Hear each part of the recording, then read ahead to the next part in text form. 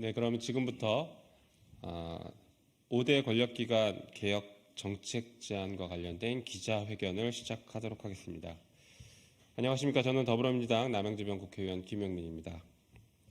오늘은 민주당 영입 인재들이 윤석열 정부의 권력 남용적 행태를 비판하고 5대 권력기관인 국정원, 감사원, 국세청, 경찰, 검찰의 개혁을 위해 정책을 제안하는 기자회견을 하고자 합니다.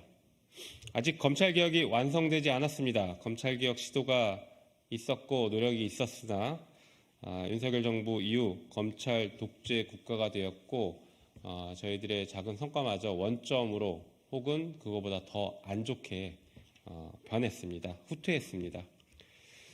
5대 권력기관 스스로 권력 남용적 행태를 시정하지 못하고 있고 법을 무시하고 국민 인권을 짓밟고 있습니다. 이를 막기 위해 권력기관 개혁은 여전히 멈춰서는 안 될 중요한 과제입니다. 위기에 빠진 대한민국 민주주의를 위해서 미완의 검찰개혁, 그리고 국정원 개혁, 경찰 개혁, 국세청 개혁, 그리고 최근에 급부상하고 있는 감사원 개혁을 완수해야 합니다. 이에 대해서 민주당 영입 인재들은 각 전문 분야에서 개혁과 새로운 정책을 제안하고자 합니다. 오늘 그 세 번째 시간으로 5대 권력기관의 권한 남용을 막고 민주적 통제 장치를 마련하기 위한 정책 제안을 하는 것입니다. 오늘 기자회견에 참석하신 분을 소개하겠습니다. 영입인재 3호 유사명 전 총경님 오셨습니다. 영입인재 4호 박선원 전 국정원 제1차장님 오셨습니다. 영입인재 10호 민생전문가 김남근 변호사님 오셨습니다. 영입인재 22호 임광현 전 국세청 차장님 오셨습니다. 영입인재 23호 노동인권 전문가 이용우 변호사님 오셨습니다. 영입인재 27호 정한중 한국외대 교수님 오셨습니다. 그러면 사회를 이용우 변호사님께 넘기도록 하겠습니다. 네, 반갑습니다. 소개받은 이용우 변호사입니다. 저는 서울지방변호사회에서 공수처 및 수사권조정 TF팀 위원으로 활동을 했고 검찰개혁, 권력기관 개혁에 대해서 관심을 갖고 활동을 해왔었습니다. 오늘 김용민 국회의원님 말씀해 주신 바와 같이 권력기관 개혁 방안에 대한 더불어민주당 영입 인재들의 정책 제안 기자회견을 진행하도록 하겠습니다. 현수막에서 보시는 것처럼 정권의 권력기관을 국민의 품으로 5대 권력기관이 국가나 국민의 삶과 안위를 살피는 것이 아니라 정권, 심지어는 대통령의 이런 부분들을 살피는데 주력하고 있는 거 아니냐, 이런 세간의 평가들이 많습니다. 이런 부분들에 대해서 정확한 개혁 방안을 제시하고 실천할 수 있는 그런 계기가 될 수 있도록 오늘 저희가 의견을 발표하고자 합니다. 아시는 것처럼 뉴 민주당 정책 제안 시리즈 오늘 세 번째고요. 오늘 세 번째 권력기관 개혁 방안에 대해서 진행할 수 있도록 하겠습니다. 첫 번째는 검찰개혁 방안, 법조개혁 방안에 대해서 한국외대 교수님이신 정한중 영입인재께서 말씀 주시겠습니다. 모시겠습니다. 예, 방금 소개받은 한국외국어대 법학전문대학원 정한중입니다. 견제와 균형의 민주주의 원리를 구현하는 수사기소체계의 완성이라는 제목으로 말씀드리겠습니다. 자세한 사항은 유인물을 참조해 주시기 바랍니다.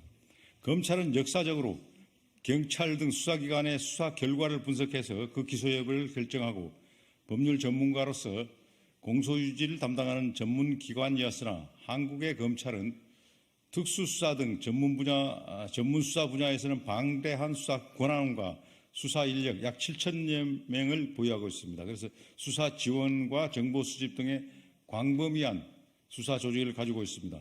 수사를 담당하는 검사가 수사 결과가 예상과 다른 내용일 때도 장기간 수사한 내용을 포기할 수 없어 기소를 하거나 다른 별건 수사를 통해 기획한 수사 혐의와 다른 내용을 기소하는 검찰의 자체 수사 기소 체계의 문제점은 계속 지적되어 왔습니다. 이에 22대 국회에서는 수사하는 경찰과 기소와 공소유지를 담당하는 검찰 사이에 견제와 균형의 민주주의 원리를 구현하는 수사 기소 분리와 협력의 체계를 확립. 이에 따라 검찰이 보유한 광범위한 수사 인력과 조직 등이 공수처와 경찰의 전문 수사기관으로 이전하는 수사 기소 분리와 협력을 완성하는 로드맵을 만들어야 합니다. 이를 위해 검찰청법과 형사소송법의 개정을 22대 국회에서 추진할 것을 민주당에 제안합니다. 두 번째, 법조인 징계와 고위공무원의 탄핵에 국민의 참여를 보장시키는 방안입니다. 현재 법원과 법무부, 변호사회에서 진행되는 법관과 검사, 변호사 징계위원회는 기관 내에서 자체 조사를 거치고 그 과정이 불투명하여 공정성을 의심받고 있습니다. 이에 법원과 검찰, 변호사에서 균등한 위원이 참여하고 있는 법조윤리협의회를 좀 더 독립적인 기구로 확대 개편하고 여기에 법관과 검사, 변호사의 법령 위반 등 징계 사유를 조사하고 징계를 의결할 필요가 있습니다. 국민들도 일본과 같이 법조윤리협의회에 변호사의 징계를 청구하고 또 검사와 판사의 징계를 청구할 수 있고 또 지나친 청구로 이런 법조인의 사무처에 지장을 초래하지 않도록 요건심사위원회를 두어서 심사위원회 회부 전에 각하 처리할 수 있도록 하는 제도를 두도록 하겠습니다. 또 우리나라는 헌법뿐만 아니라 법률에도 많은 고위공무원을 탄핵 대상으로 규정하고 있습니다. 현재 탄핵 절차는 국회법의 일부로 규정돼서 조문도 단순하고 탄핵 조사 절차가 미흡하며 국민들의 절차 참여가 보장되지 않고 있다는 것이 큰 문제입니다. 이에 탄핵 절차법을 제정해서 일본과 같이 모든 국민들이 헌법과 법률에 규정된 탄핵 대상 고위공무원의 탄핵을 국회에 청구할 수 있게 해야 합니다. 현재 청원권으로 국민들의 국회에 탄핵을 청구할 수 있으나 국민들의 참여를 더욱 활성화하기 위해서 탄핵 절차법을 제정해야 합니다.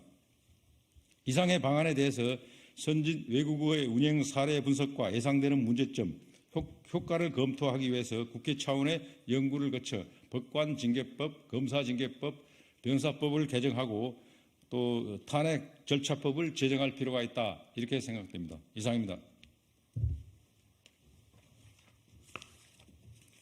예, 말씀 감사합니다. 수사기소 분리를 중심으로 하는 검찰개혁 방안과 법조 공직사회의 깨끗한 정화를 위한 공정하고 객관적인 절차 마련 등에 대해서 방안을 제시해 줬습니다. 두 번째 발언입니다. 두 번째는 경찰국 신설 반대를 위한 총경회의를 주도했고 경찰의 경제적 중립성을 위해서 목소리를 높이고 계시는 우리 유삼영 전 총경 영입인직께서 말씀 주시겠습니다. 안녕하십니까. 유삼영 전 총경입니다. 경찰국은 폐지돼야 됩니다. 2022년 8월 2일 윤석열 정부는 위법한 대통령령을 통해 행정안전부 내 경찰국을 설치하였고 행정안전부 장관의 경찰청장 지휘규칙을 제정하였습니다. 경찰국과 장관의 청장 지휘규칙은 고위경찰의 인사권을 행안부 장관이 장악하여 인사권을 통해 경찰을 사실상 장악하고 정권의 눈치를 보게 하여 국민의 경찰을 정권의 하수인이 되게 하는 잘못되고 위법한 시스템입니다.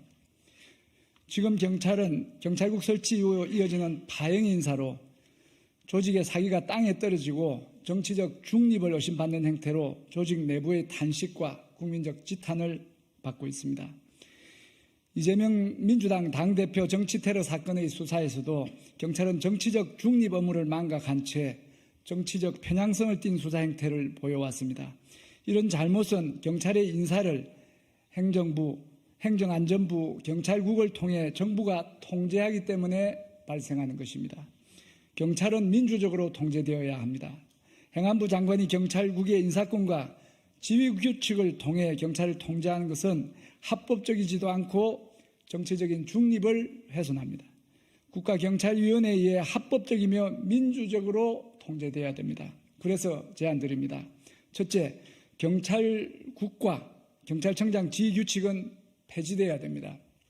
둘째, 국가경찰위원회의 위상을 격상하고 정치적으로 균형을 갖추게 구성하는 한편 고위경찰의 인사권을 갖게 하여 국가경찰위원회가 경찰을 실질적으로 통제하게 하여야 합니다.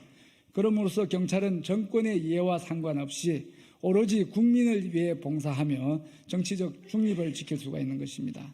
그럴 때 경찰은 가장 유능하며 국민의 신뢰를 받게 되어 대한민국은 안전하고 국민은 안심하게 될 것입니다. 감사합니다. 네, 국민의 경찰 정치적 중립을 준수하는 경찰로 거듭나기 위한 개혁 방안을 제시해 주셨습니다. 세 번째입니다. 더불어민주당 이재명 당대표 테러대책위원회 위원을 맡고 있고 국정원 정치개입 감시팀장을 맡고 있는 박선원 전 국정원 제1차장께서 국정원 개혁 방안에 대해서 말씀 주시겠습니다.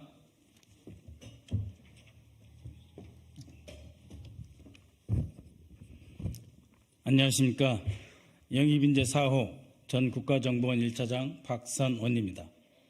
오늘 밝히는 내용들은 그간 제가 확보한 제보를 검증을 거쳐 말씀드리는 것입니다. 첫째, 테러 업무를 관장하는 제1차장실은 내근하는 분석 파트 직원들에게 외부에 나가서 정보를 수집하라고 외근을 종용하고 있다 합니다. 현장을 모르는 내근 분석 직원은 외부 정보 수집 활동에 나설 때 결국 테러 업무를 내세워 국내 정치 사찰 활동을 하는 것으로 오해 및 변질될 수 있습니다. 지난 1월 2일 이재명 대표에 대한 암살 테러 가덕도 현장 행사 지작 전부터 국정원 부산지부와 지금 표에 나와 있습니다. 국정원 부산지부와 김해공항 출장소에서 각각 2명씩 현장에 나가 있었습니다. 만일 사실이라면 그들이 과연 무슨 근거와 무슨 이유로 현장에 미리 나와 있었던 것인지 밝혀야 합니다. 또한 경남 양산에 소재한 부산의대 외부인 접근 금지 구역인 응급 헬기 착륙장에 자신을 정보관이라고 밝힌 사람이 있었습니다. 그 사람은 헬기가 응급실로 이동하는 동안 이 대표 상태를 연신 촬영하였습니다.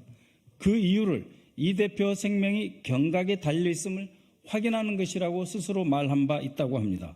이 요원은 지금 표에 보여드리는 더불어민주당 이재명 당대표 테러 정보 전파 체계 추종도에 나타난 국정원 부산지부 과장 CC로 제가 확인하였습니다. 보고를 받은 테러 관련 당시에 국가안보실과 국정원의 지휘부는 사망할 정도가 아니라고 판단, 신속하게 사건의 정치적 파장을 덮기 위한 작업에 들어간 것으로 보입니다. 사건의 규모, 피해 규모를 축소하고 사건 현장이 보존되기보다는 오히려 지워 없애버리고 당일 오후부터 대량의 극우 유튜버들이 움직여서 이재명 대표에 대한 각종 허위 정보 조작이 기승을 부린 것은 우리 모두가 잘 알고 있는 사실입니다. 제1차장실의 대테러 업무가 사실상 국내 정치에 개입하는 통로로 이용될 수 있음을 보여주는 사안이라는 점에서 심각합니다. 둘째, 대북 담당 2차장실은 지난해 사용하고 남은 특활비를 국고에 반납하지 않고 북한 대상이 아닌 국내 안보 및 이념 교육을 위한 사업비로 전용하려 하였다고 합니다. 이명박 정부 시절 당시 모 국정원장이 국가발전미래교육협의회 소위 국발협을 불법으로 설립하고 대규모 예산을 지원하여 전국적으로 진보 진영과 야당을 종북 세력으로 몰아간 이념 전쟁을 다시 시작하려는 의도로 저는 판단합니다. 셋째, 과학 정보를 다루는 3차장실 백모 전 차장은 얼마 전 이렇게 말을 했습니다. 국정원은 관계기관과 협력을 통해 선거철 정부 흔들기를 위한 공격에 대응할 계획이다라고 했습니다. 사실이라면 명백한 정치관여 금지의 위반이라 할 수 있습니다. 이미 해당 3차장은 지난해 중앙선거관리위원회에 대해 보안점검이라는 미명하에 선거관리체계의 신뢰를 뒤흔드는 발언을 서슴지 않았습니다. 사전투표의 정당성을 부정하는 온갖 가짜 뉴스를 강서 보궐선거 직전에 언급한 바 있습니다. 이에 국가정보원의 정치관여 차단을 강화하는 법 개정이 필요합니다. 국가정보원법 제11조 정치관여 금지 조항에서 상관의 부당한 정치관여 행위가 시정되지 않을 경우 국정원 직원은 수사기관에 신고할 수 있다 이렇게 되었습니다. 이것을 국정원이 수사 중지를 요청할 수 없는 제3의 수사 또는 감사기관에 제보할 수 있다라는 내용으로 개정이 이루어져야 합니다. 왜냐하면 수사기관에 국정원이 고발을 하거나 국정원 직원이 고발을 할 경우에 국정원법 제19조에 국정원장은 직원에 대한 외부 수사기관의 수사 중지 요청 권한이 있기 때문에 언제든지 내부 고발자의 행동을 차단할 수가 있기 때문입니다. 따라서 국정원의 수사 중지를 요청할 수 없는 제3의 수사 또는 감사기관에 제보할 수 있다라고 하는 내용이 포함된 개정을 꼭 해야 합니다. 이것을 추진하겠습니다. 당연히 이 조항은 국가정보원 본연의 임무 수행에 대한 제보는 포함돼서는 안 될 것입니다. 이상입니다.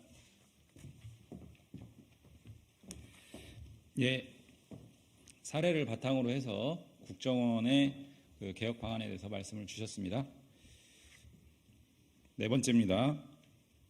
권력기관의 권한남용에 대한 비판적 활동을 지속적으로 해오신 민변의 김남근 변호사 모시고 최근에 감사원의 문제, 감사원의 개혁 방안에 대해서 말씀 듣도록 하겠습니다.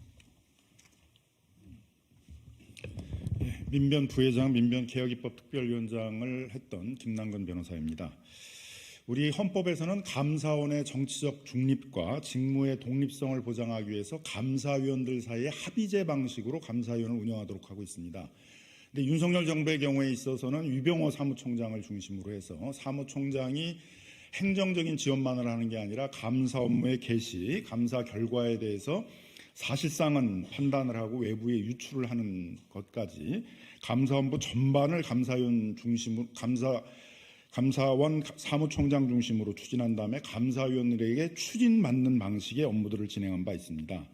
대표적으로 국민권익위원장에 대한 감사를 비롯해서 여러 사건에서 사실상은 사무총장을 중심으로 감사원 업무가 이루어지고 있다라는 비판들이 제기돼서 위헌적인 행태이다라는 비판들을 많이 받고 있습니다.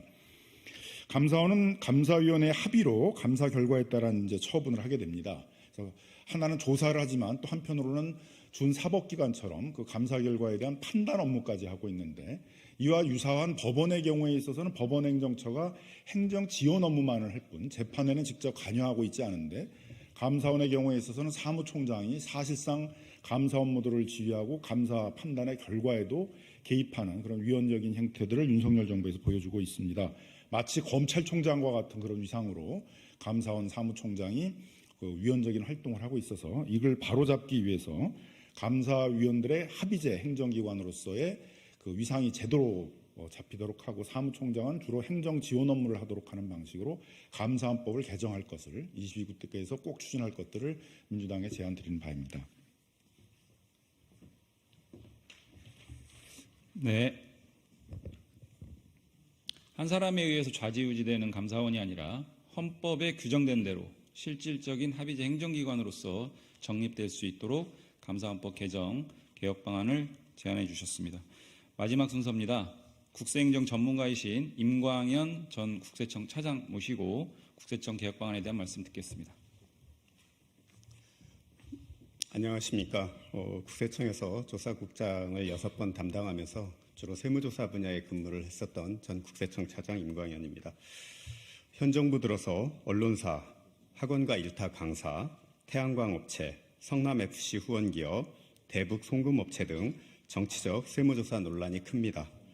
세무조사는 조세 목적 외에는 사용되어서는 안 됩니다. 그러나 보수 정권만 들어서면 국세청에 정치적 세무조사 논란이 발생하고 있습니다. 모두 국세청의 독립성이 취약하기 때문입니다. 국세청의 독립성 확보 방안을 시스템으로 만들어야 하는 이유입니다. 정치적 세무조사에 대한 국민적 우려를 불식시키고 국세청의 정치적 독립성을 확보하기 위한 방안으로 국세청법 제정이 필요합니다. 세무조사와 사후검증 등은 국민 경제활동의 자유와 재산권의 중대한 제한을 초래하는 강력한 국가작용이므로 국세청법 제정을 통해 국세청의 권한과 의무를 명확히 규정해 독립성, 중립성을 강화해야 되는 방안을 제안합니다.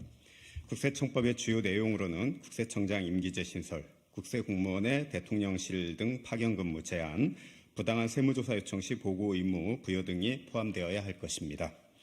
이러한 국세청법의 제정을 통해 정치적 목적의 세무조사를 근절하고 세무조사권 남용을 방지하기 위한 국민 눈높이에 맞는 엄격한 통제 장치를 마련하고 임명권자인 대통령이나 정치 권력으로부터 독립성이 강화되어 직무 수행상 중립성을 확보하고 아울러 국세 공무원의 청렴성과 전문 역량도 강화될 것입니다. 이상입니다. 예, 국세청의 독립성, 중립성 강화를 위한 국세청법 제정, 국세청 개혁 방안에 대해서 말씀 주셨습니다. 오늘 준비된 정책 제안 내용은 다 말씀드렸습니다. 더불어민주당 영입인재들 지금까지 오늘 말씀드린 내용들이 잘 구현되어서 소위 정권의 권력기관이 국민을 위한 권력기관으로 다시 재탄생할 수 있도록 그렇게 바라겠습니다. 오늘 기자회견 마치고 다음 기자회견은 3월 5일 날 뉴민주당 정책제안 시리즈 4번째 순서로 교육, 노동, 복지, 주거 관련된 정책제안을 말씀드릴 수 있도록 하겠습니다. 그때도 많은 관심 부탁드리고요. 오늘 이것으로 기자회견 모두 마치겠습니다. 감사합니다.